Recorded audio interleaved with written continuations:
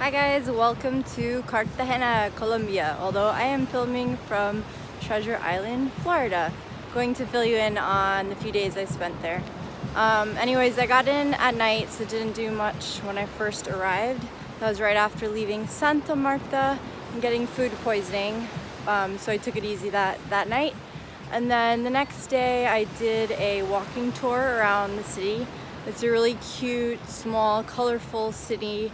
The Spaniards came long ago in the 1500s, so it looks similar to a lot of other like small towns and things like that you find around Latin America.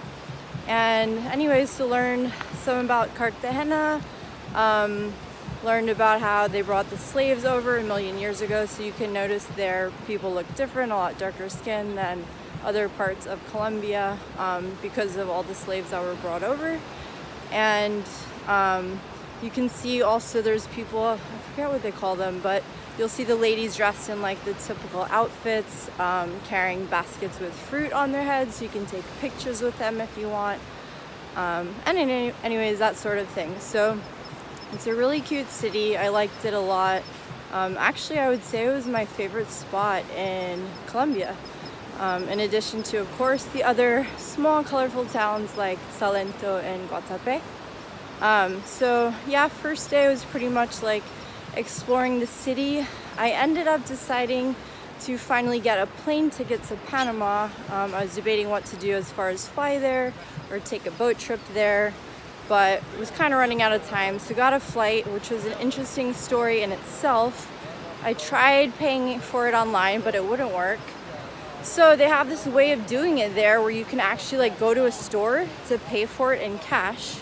So I ended up doing that. Anyways, it was a whole ordeal, but it ended up working out.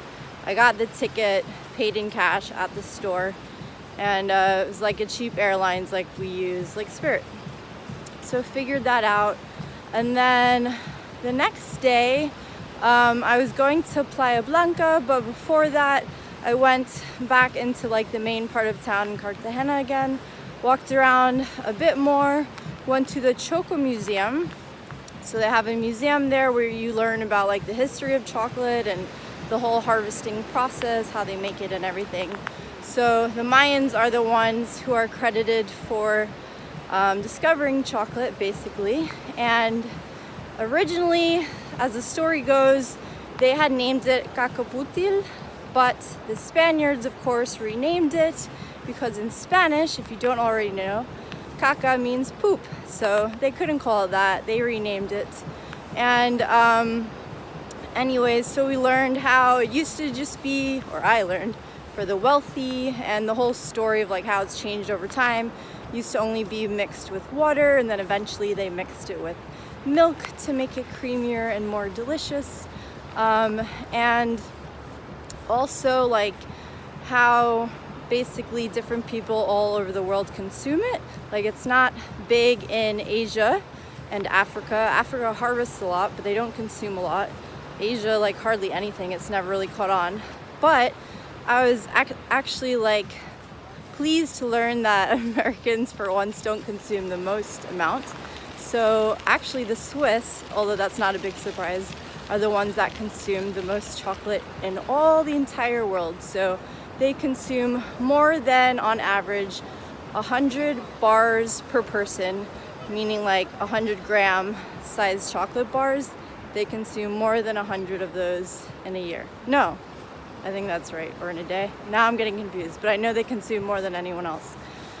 So anyways, it was interesting to learn about that, and of course try samples because I love chocolate.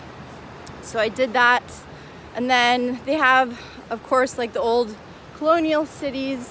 They have the walls surrounding the city, so I walked around like on top of the walls around the city. And then later I went to Playa Blanca, which is this really pretty beach about an hour and a half away from Cartagena. So I was supposed to go with this tour operator or whatever that the hostel organizes.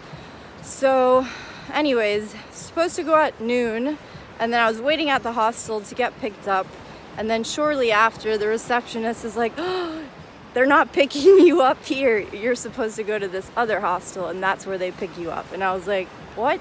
because no one told me that. So anyway, she called, they had already left, so it was too late to come back and get me. So I ended up having to go the public transportation route. So took the local bus way out to this one place where they told me from there you would take like the shared taxi, but in the end they didn't have those. They had these moto taxis, which I've seen in different areas, which is literally like a guy in a motorcycle that takes you to wherever you want to go.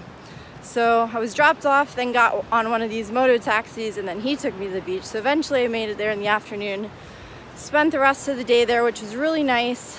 It's been the prettiest beach I've seen, well, at least over there, I would say. Like even nicer than Tayrona, because the water is really blue, white sand, and the water is really warm, which is nice. So you could just swim in there forever, which I love.